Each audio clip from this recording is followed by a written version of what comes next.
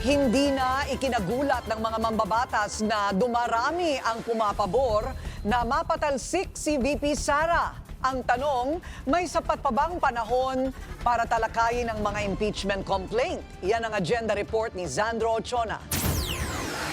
Naniniwala ang abogado ng ikatlong impeachment complaint na may sapat pang panahon para maitransmit ng Kamara ang reklamo laban kay VP Sara Duterte at masimulan na ang paglilitis sa Senado.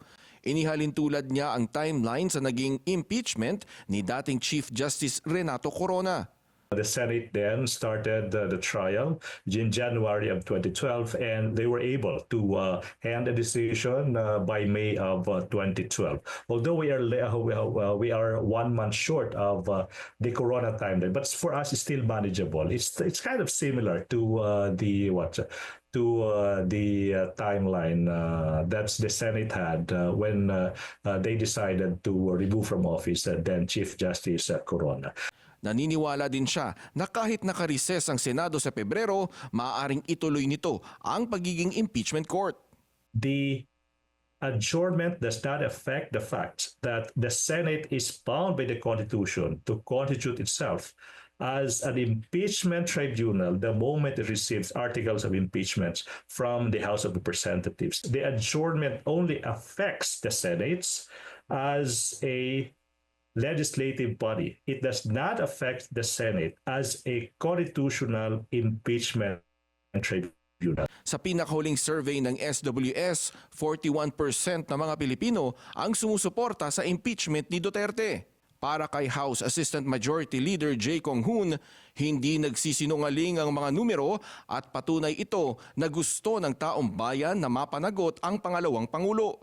Sinabi naman ni Akbayan Party List Representative Percy Sendanya, endorser ng naunang impeachment complaint, ang survey ay hindi lang nagpapatunay ng lumalaking kawalan ng tiwala kay Duterte. Kaya lumalakas din ang panawagan na magkaroon ng hustisya at integridad sa pamumuno. Git naman ng isa pang kongresistang nag-endorso ng impeachment. Itong usapin ng impeachment ay isang election issue. Talagang susukatin ang mga kakandidato na mga politiko dito sa kanilang stand, dito sa impeachment complaint. Baka sa eleksyon, yung mga pro-impeachment, yung kanilang mga pipiliin as against dun sa hindi. Kaya talagang ito yung barometer. Hanggang sa ngayon, nananatili sa tanggapan ng House Secretary General ang tatlong impeachment complaint at posibleng may kaliwanagan na sa Lunes sa muling pagbabalik ng sesyon dito sa Kamara matapos ang kanilang holiday break.